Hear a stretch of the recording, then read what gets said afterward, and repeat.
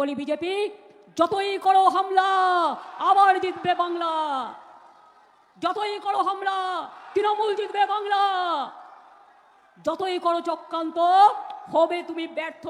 গোহারা হারাতে হবে ওদের, গোহারা হারাতে হবে যাতে কোনো দিন মাথা তুলে দাঁড়াতে না পারে। সবকিছুর একটা শেষ আছে। সংবিধান বিক্রি করে দিয়েছে, গণতন্ত্র বিক্রি করে দিয়েছে। আজকে সেন্ট্রাল ফোর্সকে বলছে যাও বাড়িতে গিয়ে গিয়ে রেড করো। তারা আমার বন্ধু, তারা আমার শত্রু নয়। আমি আপনাদেরও বলবো এই গভর্নমেন্ট কিন্তু টিকবে না, বিজেপির গভর্নমেন্ট। এই 2026-এই ওদের পতন হবে জেনে রাখুন। কোনো দিন কিন্তু কোনো নিরপেক্ষ এজেন্সিকে কোনো সরকার এভাবে কাজে লাগায়নি। এবারে আপনারা যা করেছেন তার কোনো তুলনা।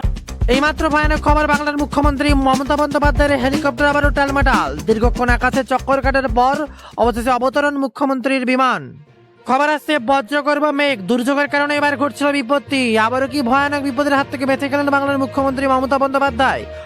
Hello friends, Bengal job study সংবাদ চ্যানেলে আপনাদের প্রত্যেককে জানাই স্বাগতম। আজ এক্ষুনি মাত্র বা খবর অনুসারে রাজ্য কেন্দ্র 100 বছর পাওয়ারের জন্য কোনো অসুবিধা হবে না, আর প্রায় 1 লক্ষ ছেলে মেয়েরা চাকরি পাবে। এটা মাথায় রাখবেন।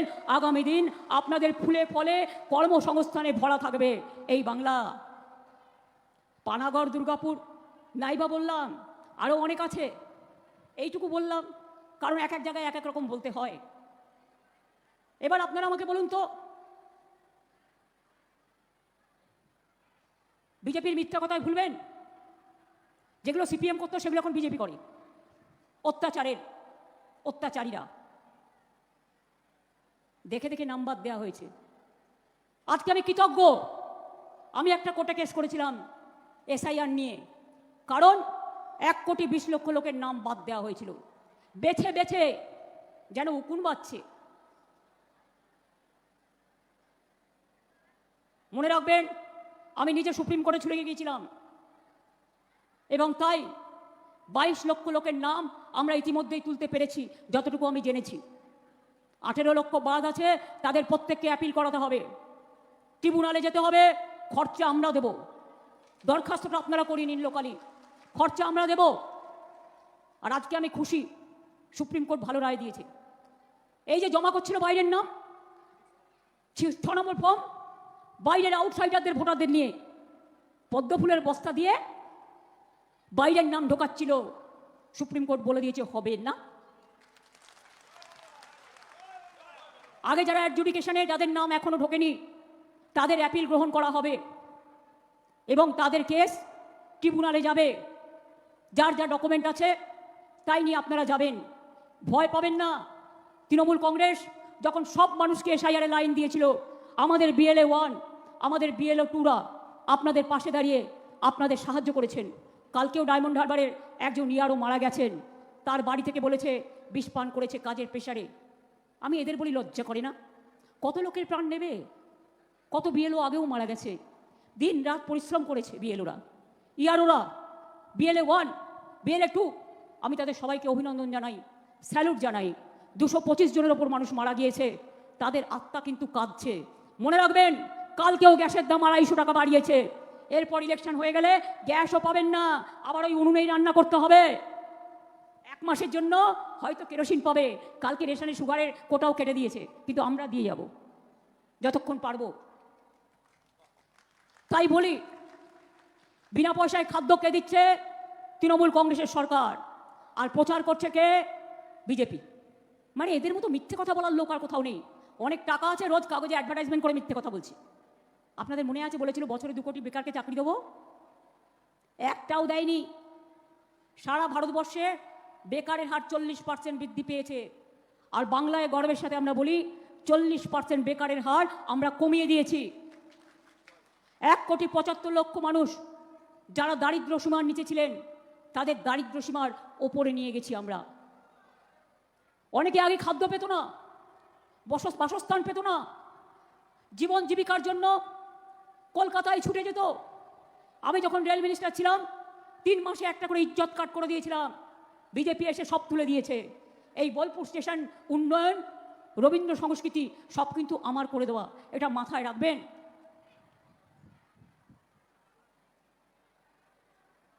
বিনা পয়সায় রেশন পান কি ভাই বোনেরা আমার, মা বোনেরা আমার?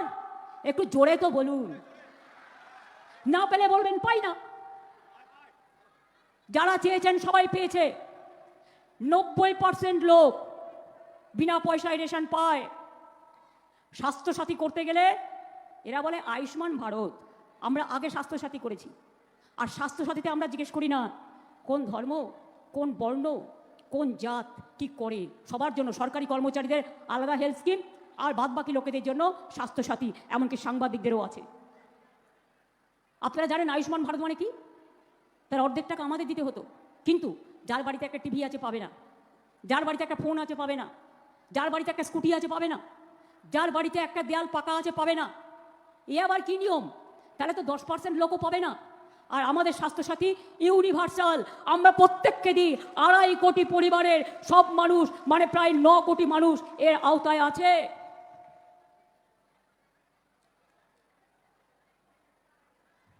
বিয়ে না হলেও 25,000 টাকা গভর্নমেন্ট দেয় যদি তার অভাব থাকে, যদি সে দরখাস্ত করে।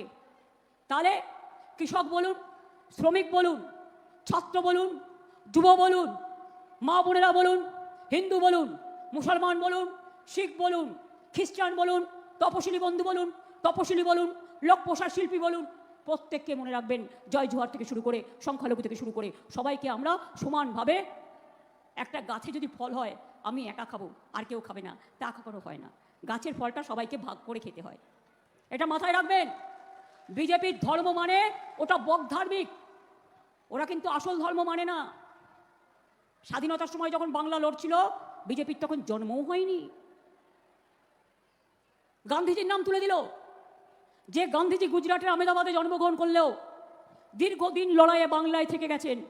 বেলেঘাটার গান্ধী ভবনে 100 দিনের কাজের টাকা বন্ধ করে দিয়েছে। আগে নারেগা ছিল মহাত্মা গান্ধীর নামে, 100 দিনের কাজের টাকা কাজ করিয়ে দেয়নি। আমরা তাদের দিল্লি নিয়ে গিয়েছিলাম। অভিষেকদের সবার বিরুদ্ধে, সব এমপিদের বিরুদ্ধে, সব গরিব লোকের বিরুদ্ধে কেস দিয়েছে, টাকা দেয়নি। আমরা কিন্তু তাদের টাকা ফিরিয়ে দিয়েছি।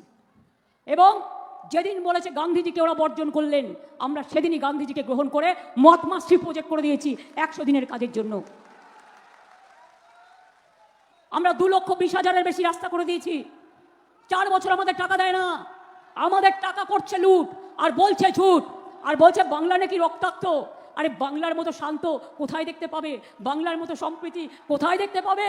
বাংলার মতো স্বস্তি কোথায় দেখতে পাবে? বাংলার মতো শক্তি কোথায় দেখতে পাবে? বাংলার মতো প্রেম কোথায় দেখতে পাবে? বাংলার মতো ভালোবাসা কোথায় দেখতে পাবে? আমরা মনে করি ধর্ম মানে কর্ম।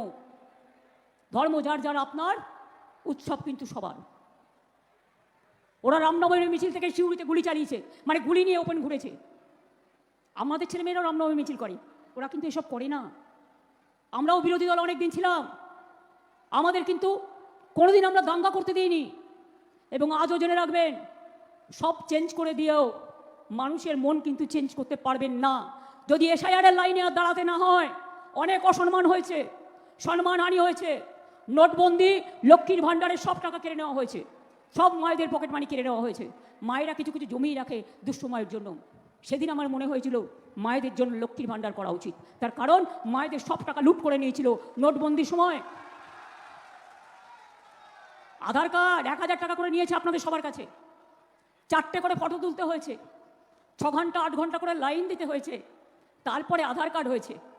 আর এখন বলছে আধার নো পাপা, গণতন্ত্র no papa, SIR yes papa, এরপরে করবে এনআরসি, তারপরে করবে সেন্সাস, তারপরে করবে ডিলিমিটেশন। মাছ খাওয়া বন্ধ করে দেবে, মাংস খাওয়া বন্ধ করে দেবে, ডিম খাওয়া বন্ধ করে দেবে। বাংলার ছেলেমেয়েরা যেখানে কাজ করতে যাচ্ছে, আমাদের এখানে 1.5 কোটি পরিযায়ী শ্রমিক কাজ করে, আমরা সম্মান দিয়ে রেখে দিই। তার কারণ আমরা মনে করি বাংলা কসমোপলিটান, সবাইকে নিয়ে চলতে জানে। আর আমাদের ছেলেমেয়েরা উড়িষ্যায় গেলে মারা হয়, পিটিয়ে হত্যা করা হয়, তামিলনাড়ুতে হত্যা করা হয়, মহারাষ্ট্রে হত্যা করা হয়, উত্তরপ্রদেশে হত্যা করা হয়, রাজস্থানে হত্যা করা হয়, মধ্যপ্রদেশে হত্যা করা হয়। এর বিচার কিন্তু আপনাদের দিতে হবে মা ভাই বোনেরা আমার। এরা মহিলা বিরোধী, সবচেয়ে বেশি নাম কেটেছে মহিলাদের। কেন জানেন? উকুন বেছে বেছে দেখেছে কেন নাম কেটেছে, কোথা থেকে এলো লজিস্টিক্যাল ডিসক্রিপেন্সি। ধরুন আমার নাম বাংলায় মমতা ব্যানার্জি, ইংরেজিতে আমি এম এ লিখতে পারি, আমি এমও লিখতে পারি, এটা আমার চয়েস, যা আমার সার্টিফিকেটে আছে। তাহলে তোমরা বাংলার সাথে ইংরেজি ম্যাচ করতে গিয়ে এআই দিয়ে এর জন্য অনেক নাম কেটেছো। একটা পরিবারের একজনের নাম আছে তো তিনজনের নেই। দুই, কি করেছো? একটা মেয়ের বিয়ে হয়েছে, শ্বশুর বাড়ি গেছে, তার স্বামীর পদবি নিয়েছে, ব্যাস বাদ। জানেই না বাংলাটা কি, বাংলার কালচার কি, বাংলার সংস্কৃতি কি। একটা মেয়ের বিয়ে হয়েছে, তার ঠিকানা চেঞ্জ হয়েছে, বাপের বাড়ি থেকে শ্বশুর বাড়ি গেছে, তাদের নামগুলো বাদ দিয়ে দেওয়া হয়েছে। আজকে তারা ভুক্তভোগী হবে। তারপরে অমিত শাহ ঘেঁটি ধরে সব ডিটেনশন ক্যাম্পে ঢোকাবে, আর এখান থেকে এনআরসি করবে, আর যা ইচ্ছে তাই করবে। আবার বলছে ডেমোগ্রাফি চেঞ্জ হয়ে গেছে বাংলার। কবে? না তো 2011 সালে, তখন আমরা ক্ষমতায় আসিনি, জানেই না। গর্ধ শক্তি, অর্ধ শক্তি, টোটালটাই জুমলা, টোটালটাই মিথ্যে, খবরই রাখে না। লাস্ট সেন্সাস যখন হয়েছিল তখন সবে আমরা ক্ষমতায় এসেছিলাম, আমরা মে মাসের পরে, মে মাসে শপথ নিয়েছিলাম। আর তোমরা এত মিথ্যে কথা বলতে পারো? প্রচার করে বলছে জল স্বপ্ন আমরা দিই, তাহলে টাকা বন্ধ করলে কেন? পাইপ নিয়ে যাই আমরা, জমি দিই আমরা, মেনটেন্যান্স করি আমরা, অর্ধেক টাকা দিই আমরা। 1 কোটি লোককে আমরা জল স্বপ্ন প্রকল্পে ঢুকিয়েছি। আগামী দিন সবার বাড়িতে জল, নলের জল পৌঁছে যাবে, এটা আমাদের অঙ্গীকার। আমরা 1,20,00,000 মানুষকে কাঁচা বাড়ি পাকা করে দিয়েছি। আগামী দিন যত কাঁচা বাড়ি আছে সব পাকা করে দেবো, এটা আমাদের অঙ্গীকার। কৃষকদের জন্য আলাদা বাজেট হবে, এটা আমাদের অঙ্গীকার। যৌবনদের জন্য চাকরি সৃষ্টি হবে, এটা আমাদের অঙ্গীকার। ছাত্রছাত্রীদের জন্য তাদের ভবিষ্যৎ রক্ষা করা আমাদের অঙ্গীকার। ওরা তপশিলীদের উপর অত্যাচার করে, ওরা আদিবাসীদের উপর অত্যাচার করে, ওরা সংখ্যালঘুদের উপর অত্যাচার করে। আর যারা এশায়ারায় মারা গেছে ভুলে যাবেন না, অর্ধেক হিন্দুও মারা গেছে, অর্ধেক মুসলমান মারা গেছে, আদিবাসী ভাই বোনও মারা গেছে, তপশিলি বন্ধুও মারা গেছে।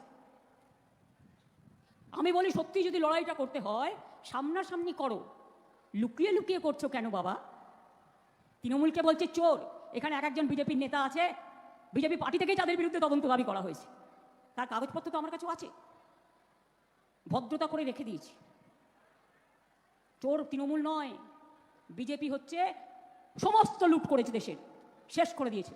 কালকেও 200 কোটি টাকা গ্যাসের দাম বাড়িয়েছে। অটো চলে, অটো সিলিন্ডারের দামও বাড়িয়েছে। এরপর ইউরিয়ার দাম বাড়িয়েছে। আগামী দিন ফার্টিলাইজার কোম্পানি আমাদের এখানে আমরা করবার চেষ্টা করছি, যাতে ওদের ওপর নির্ভর করতে না হয়, চাষিদের বেশি দাম দিয়ে ইউরিয়া কিনতে না হয়। আমি আবার আপনাদের বলি, তৃণমূল মানুষের দল, মানুষের সাথে ছিল, আছে, থাকবে। আর আমরা যেটা বলি আমরা সেটা করে দেখাই, আর বিজেপি যেটা বলে সেটা ইলেকশনের পরে ভুলে যায়। বিহারে ভোটের আগে চুপি চুপি ঢোকালো 8,000 টাকা। এখনো শুনছি কারো কারো গরিব লোকেদের কাছে ব্যাংকের অ্যাকাউন্ট চাইছে। খবরদার দেবেন না, যেটুকু আছে সেটাও নিয়ে নেবে। ভুল করবেন না, ভুল করবেন না। টাকা ঢোকাবেন নাম করে, ওই যে ফোন এখন হ্যাক করে এআইকে দিয়ে, দেখবেন আমার নামের ছবি, আমার ছবি, আমার গলা, আমার সব কিছু দেখাবে, কিন্তু ওটা আমি আসল মমতা ব্যানার্জি নই। এগুলো আর্টিফিশিয়াল ইন্টেলিজেন্সের নামে সবার ভোট কেটেছে, সবাইকে লাইনে দাঁড় করিয়েছে। একবার নয়, বারবার। এবার বিজেপিকে একেবারে বেলাইন করে দিন, আর যাতে কোনোদিন মানুষকে লাইনে দাঁড়াতে না হয়। এতদিন বাঁচবার পরে আপনাকে প্রমাণ করতে হচ্ছে আপনি এই দেশের নাগরিক কিনা। বাংলা ভাষায় কথা বললেই অনুপ্রবেশকারী, তো অন্য ভাষাতেও লোকে কথা বলে, আমরা তাদের বলবো অনুপ্রবেশকারী? আর অনুপ্রবেশ যদি কোথাও হয়ে থাকে আপনি দায়ী। অমিত শাহ মহাশয়, নরেন্দ্র মোদী মহাশয়। বর্ডার রক্ষা করে কে? বিএসএফ। কয়লা পাহাড় দেয় কে? সিআইএসএফ। এয়ারপোর্টের থেকে লোক নামে, কাস্টমস দেখে কে? আপনাদের সিআইএসএফ বা সিআরপিএফ। আমরা দেখি না, ওটা আমাদের হাতে নেই। আপনারা লুকিয়ে লুকিয়ে কি কি করেছেন তার তথ্য আমাদের কাছে আছে। বিপদে পড়লে মানুষ পাশের দেশ শেল্টার দেয়। আপনারা কতজনকে ঢুকিয়েছেন আমি জানি, এবং আমি চিঠি দিয়েও জানিয়েছি। আমি রেকর্ড করে রাখি সব কিছু, তার কারণ রেকর্ড কিন্তু একদিন কথা বলবে, এটা মাথায় রাখবেন। এবং পরিষ্কার তাই বলছি, যারা নমিনেশন ফাইল করবেন এদের প্ল্যান নতুন করে সব তৈরি করেছে। যাদের অ্যাপয়েন্টমেন্ট করেছে তাদের কাজ দিয়েছে নমিনেশন ফাইল রিজেক্ট করার জন্য, ভালো করে দেখে নেবেন। 2, ভোটের দিন আইটিবিটি অফিস ডিজি এসেছিল এখানে, আমি শুনলাম ইনস্ট্রাকশন দিয়েছে সব মহিলাদের যেন চেক করা হয়। মহিলাদের গায়ে হাত দাও, মহিলারা বুঝে নেবে, আমি কিছু বলবো না। এত ভয়, মা বোনেদের এত ভয়। তোমার ঘরে মা নেই, তোমার ঘরে বউ নেই, তোমার ঘরে বোন নেই, তোমার ঘরে ছেলে মেয়ে নেই, সবাইকে নিয়েই তো আমাদের পরিবার। তাই বলি বিজেপি, যতই করো হামলা আবার জিতবে বাংলা, যতই করো হামলা তৃণমূল জিতবে বাংলা, যতই করো চক্রান্ত হবে তুমি ব্যর্থ। হারাতে হবে ওদের, হারাতে হবে, যাতে কোনো দিন মাথা তুলে দাঁড়াতে না পারে।